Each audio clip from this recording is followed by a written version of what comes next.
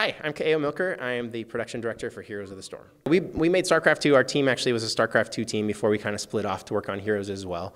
I think a lot of what we liked about the StarCraft 2 ranking system was that we had these leagues that were very defined and that you kind of lived within your league. You got you got placed in your league and you kind of knew where you sat, and then you were playing against a pool of players that really felt like they were of similar skill to you, and you kind of knew that those were your brethren and the people that you were really fighting against.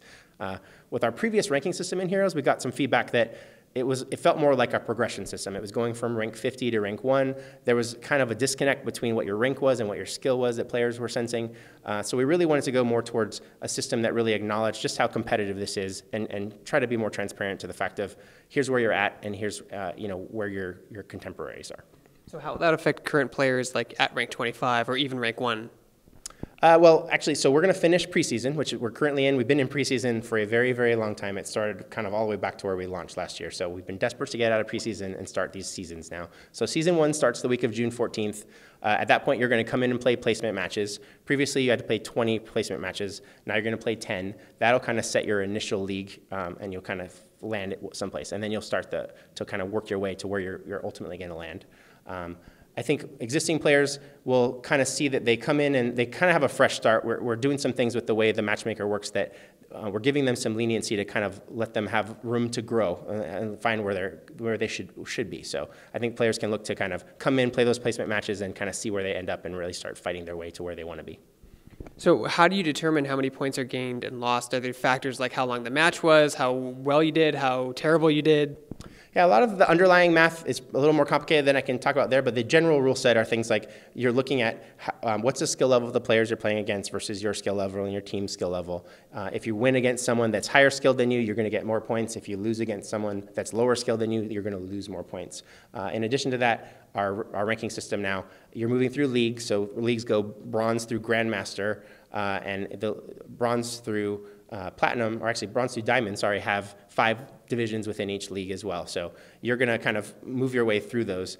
When you get to like a division marker, whether it's the bottom end or the top end, you're going to have promotion and demotion games. So you're actually going to know, like, this next game, if I win this, I get promoted. I'm going to go from silver 5 or silver 1 to gold 5, and this is my chance. And similarly, if you're at the bottom end, you're going to know, hey, if I lose this next game, I'm going to get demoted. So I got to pull myself together here. Let's drink some water. Let's rest up, and let's go get in there and do it. Can you talk about some of the rewards as well as the penalties you're implementing to the new ranking system? I noticed that silenced players won't be able to queue in ranked. Yeah, so that's something that we've changed. So currently silenced players can play. They're usually matched against other silenced players, although that can sometimes fall apart depending on how many people are in the queue at that moment. But yeah, the new system will be, if you're currently silenced, you're not going to be able to participate in ranked games. So I think a lot of people have asked us for that. We'll be keeping an eye on it, but that's the way it's going to be when this comes out. So on the reward side for this, preseason, again, people have about a month here to kind of work their way and see where they're going to end up with our current rank system.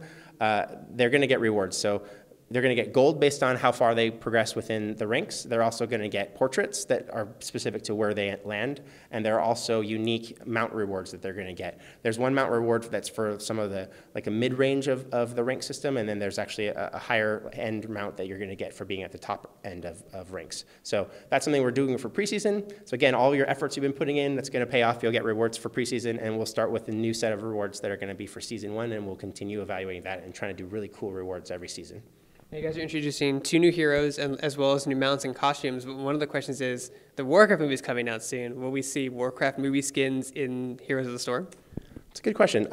So I think we announced Chromie and Medivh here. I think Medivh is a direct nod to the Warcraft movie. So while the version that we're doing of him is largely like reminiscent of the Warcraft 3 era Medivh, Medivh has a prominent role in the Warcraft movie. So I think that's probably the most direct tie-in that you're going to see to it. But I think there's other things that we'll do too around that time frame.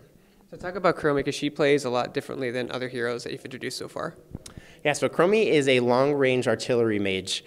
So she has some pretty cool stuff. So her actual skill shots that she have, they don't affect buildings, they don't affect minions or mercenaries, they only affect heroes. So she has a really long-range Q that she can kind of cast from afar, and if she hits it, it does a lot of damage, but again, it doesn't get intercepted by anything else other than heroes. So that's kind of a neat place for her. She's also really weird in that she gets all of her talents one level earlier than everyone else does. So it's kind of a nod to her mastery of time.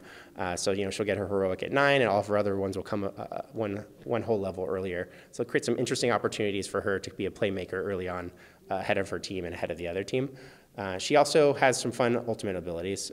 One of her heroics is a giant AoE slow that she actually can leave up for as long as she has mana, and the longer it's up, the more it slows people, and so it creates a lot of really cool zoning opportunities. It also plays really nicely with a lot of her abilities, because she has an AoE ability that she can cast. She also has that long range kind of nuke ability on her Q, so she gets to slow people down, know exactly where they're going to be because they're slowed, and just kind of obliterate them. So Chromie is a ton of fun.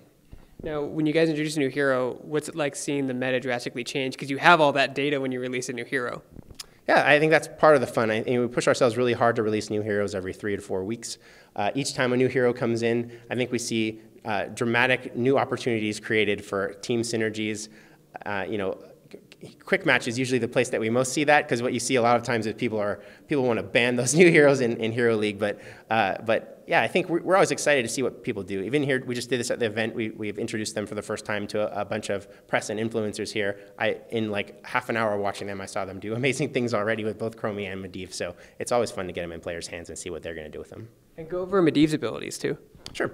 So Medivh is a specialist, but he's a different kind of specialist. I think historically people have looked at specialists as sieging heroes, laners, although some of them haven't been in that bubble, but I think people have tended to try to classify that specialist equals like siege. In Medivh's case, he actually has a lot of utility. He was trying to create a character that offers their team some really interesting options. One thing he does is he has an ability that can absorb damage. So it's on a short cooldown, and it basically can be like a get out of jail free card for your teammates, but you can mitigate a lot of damage using that ability. He also has, his travel form is Raven form, so it's Medivh. You know him from the Warcraft games, very much a tie to being in Raven form. It allows him to travel all around the map, have vision of everything, and he can't be interacted with. So he's kind of just able to freely roam, scout, set up long-range abilities for his teammates, and really create some unique opportunities.